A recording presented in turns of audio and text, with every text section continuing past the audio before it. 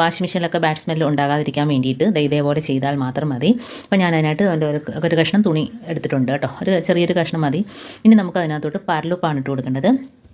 അപ്പോൾ പരലുപ്പിന് നല്ലൊരു കഴിവുണ്ട് ബാഡ് സ്മെല്ലൊക്കെ വലിച്ചെടുക്കാൻ. അപ്പോൾ പരലുപ്പ്, പിന്നെ അതിനകത്തോട്ട് നമുക്ക് കംഫോർട്ടാണ് ഒഴിച്ച് കൊടുക്കുന്നത്. അപ്പോൾ അതുകൊണ്ട് 1 ടേബിൾ സ്പൂൺ അളവിൽ ഞാൻ പരലുപ്പ് എടുത്തിട്ടുണ്ട്. നമുക്ക് അതിനകത്തോട്ട് ഒരു സ്വല്പം കംഫോർട്ടും കൂടെ ഒഴിച്ച് കൊടുക്കാം. എന്നിട്ട് ഈ ഒരു കിഴി നമ്മൾ വാഷിംഗ് മെഷീനകത്ത് വെച്ച് കൊടുക്കുകയാണെങ്കിൽ നമ്മൾ എത്ര ദിവസം നമ്മൾ ഉപയോഗിക്കാതിരുന്നാലും ഒരു ബാഡ് സ്മെല്ല് കാണത്തില്ല. പ്രത്യേകിച്ച് നമ്മൾ തുണികളൊക്കെ കഴിയുമ്പോഴത്തേന് അതിനകത്തൊരു സ്മെല്ല് കാണും. പിന്നെ അതല്ല, നമ്മൾ ഉപയോഗിക്കാതിരിക്കുമ്പോൾ ചെറിയ പാറ്റ, ഉറുമ്പുകൾ ഒക്കെ കയറിയിട്ട് വാഷിംഗ് മെഷീനൊക്കെ ചീത്തയായി പോലെ അതിനകത്തൊക്കെ ആകെ വൃത്തികേടാകും. അപ്പോൾ അങ്ങനെയൊന്നും ഇല്ലാതിരിക്കണമെങ്കിൽ ഇതേപോലെ ഒരു കിഴി അതിനകത്തോട്ട് ഇട്ട് കൊടുക്കുകയാണെങ്കിൽ എപ്പോഴും വാഷിംഗ് മെഷീൻ നമ്മൾ ക്ലീൻ ചെയ്ത് ഫ്രഷായിട്ട് തന്നെ ഇരിക്കും. ഒരിക്കലും അതിനകത്തൊരു ബാഡ് സ്മെല്ല് കാണത്തില്ല കേട്ടോ. എന്നിട്ട് നമുക്ക് വാഷിംഗ് മെഷീൻ അടച്ചു കൊടുക്കാം. ഇനി അടുത്ത ടിപ്പിലോട്ട് കിടക്കാം. അപ്പോൾ ഫ്രൂട്ട്സുകളൊക്കെ നമ്മളിങ്ങനെ മേടിച്ച് വെക്കുന്ന സമയത്തുണ്ടല്ലോ, ചെറിയ ഈച്ച, അതേപോലെ വലിയ ഈച്ചയാണെങ്കിലും കൊതുകാണെങ്കിലും ഒക്കെ പറക്കുമല്ലേ. അപ്പോൾ അങ്ങനെയൊന്നും ഇല്ലാതിരിക്കാൻ വേണ്ടിയിട്ട് ഇതേപോലെ സവാള അരിഞ്ഞത് വെച്ചതിന് ശേഷം അതിനകത്ത് കുറച്ച് ബേക്കിംഗ് പൗഡർ ഇട്ട് കൊടുക്കുക കേട്ടോ. അപ്പോൾ അങ്ങനെ വെക്കുന്ന സമയത്ത് നമുക്ക് ഒട്ടും കണ്ണീച്ചയോ ഈച്ചകളോ ഒന്നും തന്നെ ആ ഭാഗത്ത് വരില്ല, ഫ്രൂട്ട്സ് വെക്കുന്നിടത്തൊന്നും വരില്ല കേട്ടോ. അപ്പോൾ ഇതേപോലെ ഒന്ന് ആക്കി കൊടുക്കുക. കുറച്ച് സവാള മാത്രം മതി. അതിനകത്ത് കുറച്ച് ബേക്കിംഗ് പൗഡർ ഇട്ട് കൊടുക്കുക. ഇനി വേണമെങ്കിൽ നമുക്ക് വിനാഗിരി വേണമെങ്കിൽ ഒഴിച്ചു കൊടുക്കുക. അതിന് പുറമെ കുറച്ച് വിനാഗിരി വേണമെങ്കിൽ ഒഴിച്ചു കൊടുക്കുക. ഇപ്പോൾ ഞാനത് ചെയ്യുന്നില്ല.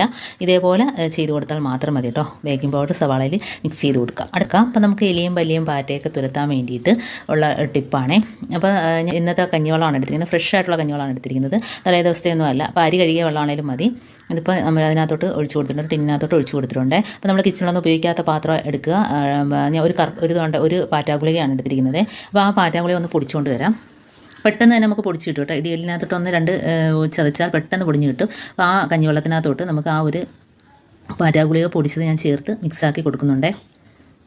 ഈ ഒരു സ്മെല്ലറിയാലോ, ഭയങ്കര ഒരു സ്മെല്ലാണ്. അപ്പോൾ നമുക്ക് ഇതിനകത്തോട്ട് ഇനി കുറച്ച് വിനാഗിരിയും കൂടെ ഒഴിച്ച് കൊടുക്കാം.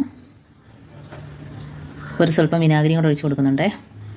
വിനാഗിരി കൂടിയാലും പ്രശ്നമൊന്നുമില്ല. അപ്പോൾ വിനാഗിരിയും അതേപോലെ തന്നെ പാറ്റാഗുളികയും കഞ്ഞിവെള്ളവും സൂപ്പറാണ്.